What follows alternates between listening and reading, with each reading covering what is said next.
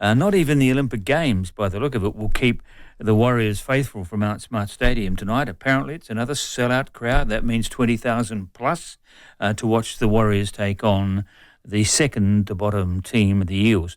Now, the Warriors' chances of making the top 8 look slim, not absolutely impossible. 5 matches left if they win all 5 and get to 31 points. They're at 21 at the moment, plus the bye could see them sneak in. A lot of ifs and buts in there, of course.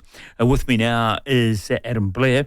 Now, Adam, I'm sure you, like all of us, have been doing your Warrior maths.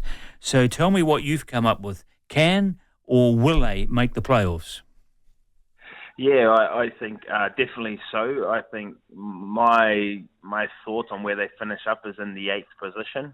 But again, when you look at the competition, and you just mentioned it all, there's some tight games in and around where the Warriors are. You've got some guys in front of them, and then there's guys at the top who you really want those guys at the top to keep kicking on. You got the Knights, Dragons and Raiders in front of them, and the Dolphins, who they end up coming up against the Dolphins and the Bulldogs as well. So some tough games there. I think the Roosters play the Dolphins this weekend, so it'd be nice if the Roosters beat the Dolphins, and then we put ourselves on a chance. But when you look at the ladder, and again, the points they're on 21 points. For them, they can't even worry about the ladder and where they sit. They've just got to win the games. You win the games, you give yourself a chance, and then you're in the 8th, and then it's up to you to lose it.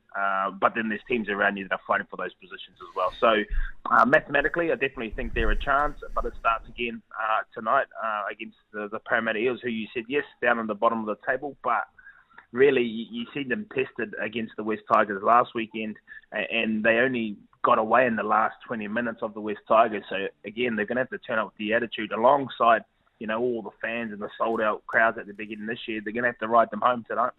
For sure.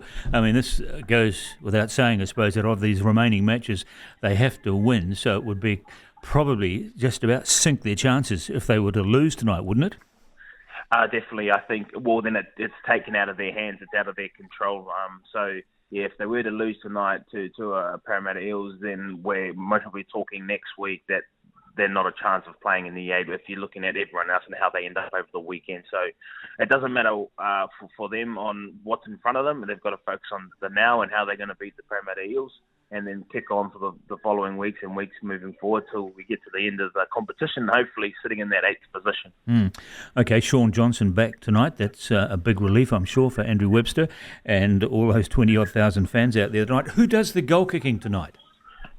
Shaun. I think if you bringing Shaun straight back into the team, he's obviously his injury's 100%. And again, there's no point bringing someone back into the team that is your kicker, that is your leader when it comes to organisation around the field, that is not 100%. So he puts himself in the shop window tonight for the team, and it's much needed. I think what the Warriors have been obviously missing through his time on the sideline is his kicking game and being able to put them into position, but also his organisational skills near the try line. They had a lot of times last Friday night against the West Tigers where they attacked and built pressure but weren't able to capitalise on the opportunities that they created. So someone like Shaun adds a little bit of another dimension to them. Again, through the year, they would say that, it's Shaun Johnson dominant. I think over the last month, they've seen guys come in there, Chanel, Tamaiti, and do what they can do. Roger now on the wing, played fullback last week, Chance back. So when you look at the 1 to 17, a quality side, and I do think over the year, this year through the competition, every person that they've put on the field can get a job done, but they haven't been able to do that consistently enough for the 80 minutes. And that's the key, isn't it? In the NRL, if you want to make the top 8 or the top 4, consistency is probably the most sought after quality, isn't it, over 25 or 26 weeks, and that's been an issue for the Warriors. So are you happy with Tuivasa Sheck starting on or playing on the wing tonight? Yeah, I like it. I think either he's a fullback or he's a winger, and I think in this competition, a winger is quite similar to a fullback. They're still catching the ball in the full. They can still make so much more of an impact from there. I think, the experiment on having Roger into the centres. I liked it, but it didn't work. It didn't work. They were playing to Roger's strength, which was give him the ball early and try and use his feet. We play in a competition that you're coming up against the best centres in the world when it comes to NRL, and these guys shut things down like this and understand everyone's game and how they want to do things. So by putting him on the wing, he gets similar carries to what he would do from the fullback, and then he can execute tries at the same time. So you need him on the field, and I like him as a winger. Exactly. If he's back, as you say, at wing or at fullback, when he gets the ball, he's often got 20 metres, hasn't he, to get his speed up, to get his feet working. But when he's playing in the centres, the moment he gets the ball, a second later, he's got someone on top of him. Correct. You get minimal space in the game of rugby league, and there's a lot more contact, but there's a lot more vision around individual players and how they do and what they like to do. We all know Roger's got a big left foot. He plays on the left-hand side. He's going to come back inside. A lot of centres are getting up on his outside and pushing him back towards the middle of the park and not getting so much space that he would get if he's playing a wing or a fullback. Is it just my sort of kind of hope or wish here, but it's the impression I have over recent weeks that we're seeing the best football from Tuivasa-Sheck this year for the Warriors in recent weeks?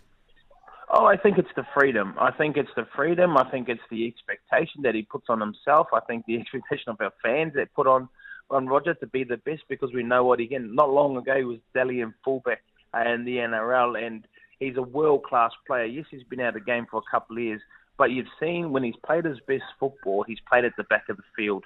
And like I just said earlier, winger, fullback is quite similar when you get into space that you can run. His involvement is important. His footwork is important. The amount of work he can do and the momentum he can create for the Warriors only helps by him being in those positions. But yes, we've seen the best of Roger, and I think there's still more to come. I know it's easy to be wise in hindsight, but I wonder if he had just been permanently playing at fullback or wing all season and hadn't had these matches at centre, things might have been different with this Warriors side. Yeah, well, I think when you look at the season for the Warriors, it wasn't the consistency that they had last year in 2023.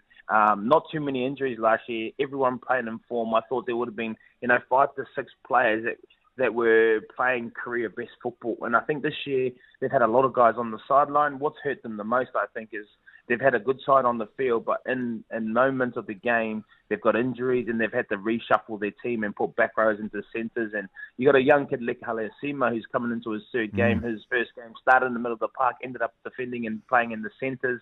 And again, when you're wanting to build consistency on performances, you also want to build consistency through your team. And hasn't been the year of consistency, both playing and also with bodies on the field.